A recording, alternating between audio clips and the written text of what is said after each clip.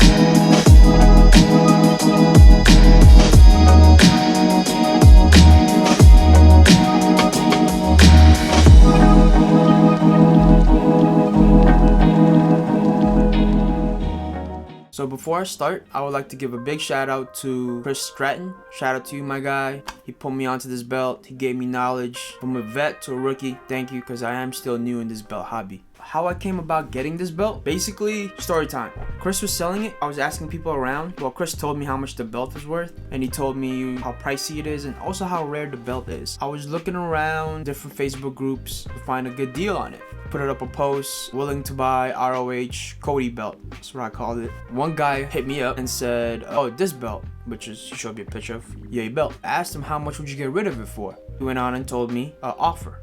I hate when they say offer because I don't ever want to show people disrespect of the prices they were looking to get because I don't want to lowball anybody. And I told him my price was $400 because at the time, Chris, when he had his belt, he told me he got it for $400. So I figured that's a good price. So I told the dude, I'm like, yo, 400. Homeboy said no, because the belt's too rare, too valuable, that's too low. So I figured, okay, cool, move on. A couple of weeks later, I found somebody on the same group. I'm not gonna mention the group's name, but on the same group, they were selling it for $225 shipped. Hopped on it right away, and mind you, this was when this belt was completely stocked. Figs, leather, stones, whatever, all stocked. So when I got the belt, again, it was completely stocked. And for me, I like all my belts to be with full leather, American leather. Well, except for this one. This is the only belt that I don't have an American leather on, which is my Nawaz Big Eagle. Other than that, I want all my belts to have full American leather. Also, cubic zirconia stones, because that's what the actual stones they use on TV. Again, this belt came fully stocked. I talked to my guys, Richard Simpson and Man in the Fog. Those two guys, I started out with the stones first. I believe I got because I got this and then the belt restoned. So everything came out as $220, I believe. So if you want to get this belt, if you have a stock ROH belt, maybe, I don't know how much it would cost for it to restone. As a matter of fact, I'm not gonna pull out, like, say a number and you guys go to Richard, and well, for me, I paid personally for two belts to be restoned $220. It was a Brahma Bull belt and this, so just heads up. And the re-leather work, which was from Man in the Fog, well, the re-leathering work was $300, and I wanted to be TV accurate. So I went to Man in the Fog. He did it within 3 weeks. Knocked it out the park. Side note, this is by far my favorite work that he's done for me. Out of all the belts that he's done for me, which is 5 fully re-leather straps, I never asked for a send-out strap except for this belt. This is the only belt that I got a send-out strap for, which is my US spinner Paul Martin. That's the only one that I have a send-out strap on. But other than that, I want full re-leathers because I don't want the screws to show on my leather, like, well, on the backing. So throughout time, when you keep touching your re-leather belt, juices like oils and sweat, stuff from your hands and your fingertips will fade away, the glue. This is a perfect example of what would happen. You see that split? from the backing and the actual leather, it would open up.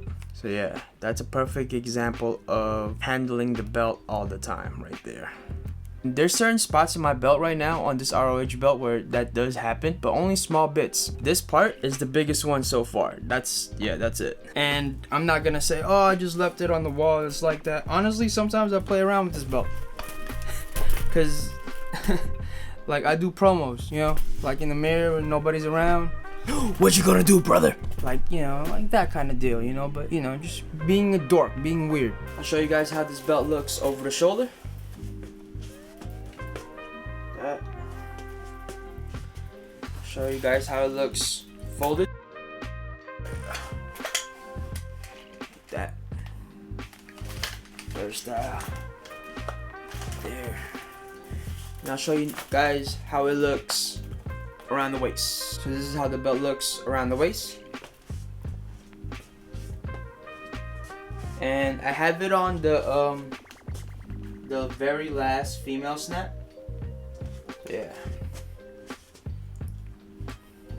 Thank you guys for watching. That's the end of the video. I'm gonna try to upload more videos, but I've been going through some personal stuff. Anxiety and depression really been kicking in. This belt hobby is the only thing that's really keeping me somewhat sane, but sometimes it is pretty tough after, you know, after life does hit you.